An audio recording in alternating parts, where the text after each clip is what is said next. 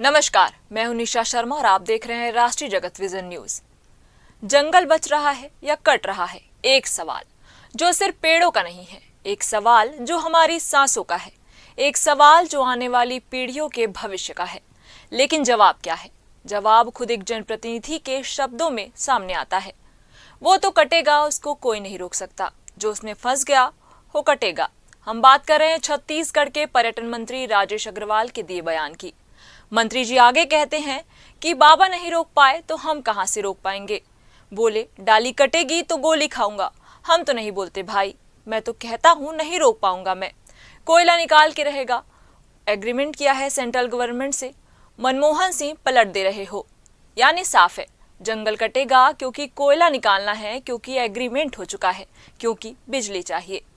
हालांकि मंत्री जी कोरा झूठ बोल रहे हैं मनमोहन की बात करके, क्योंकि अडानी की बदौलत ही वे विधायक बने और फिर मंत्री बन गए।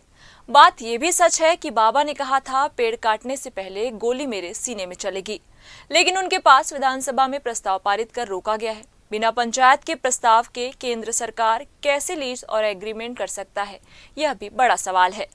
मंत्री जी कहते हैं पेड़ काटे तो दोगुना लगा देंगे, लेकिन फिर खुद ही मानते हैं पेड़ लगाओगे जंगल नहीं लगा पाओगे। जंगल बनने में हजारों साल लगते हैं। तो सवाल ये है, क्या हजारों साल का प्राकृतिक खजाना कुछ साल की बिजली के लिए कुर्बान कर दिया जाएगा? पर्यटन मंत्री कहते हैं कि मैंने राजस्थान के मुख्यमंत्री से मुलाकात कर कहा था इसे रोकने का कोई उपाय हो तो बताओ। अगर कोयला कहीं और मिल जाए तो हमारा जंगल छोड़ दीजिए। लेकिन जवाब क्या मिला? कोयले की सख्त जरूरत है, नहीं तो बिजली बंद हो जाएगी। यानी जंगल बनाम बिजली की जंग में फिलहाल जंगल हारता दिख रहा है। अंत में मंत्री जी स्वीकार करते हुए कहते हैं ये बहुत मुश्किल काम है, मेरे बस का नहीं है। अगर जिनके हाथ में सत्ता है वो ही कह दे मेरे बस का नहीं, तो फिर जंगल किसके भरोसे बचेगा? आदिवासी किसके भरोसे जिएंगे? और आने वाली पीढ़ियां किसके भरोसे सांस लेंगी? इस खबर में बस इतना ही। देश प्रदेश की खबरों से अपडेट रहने के लिए हमारे चैनल को सब्सक्राइब करें और नई खबरों के नोटिफिकेशन के लिए बेल आइकन जरूर दबाएं। नमस्कार।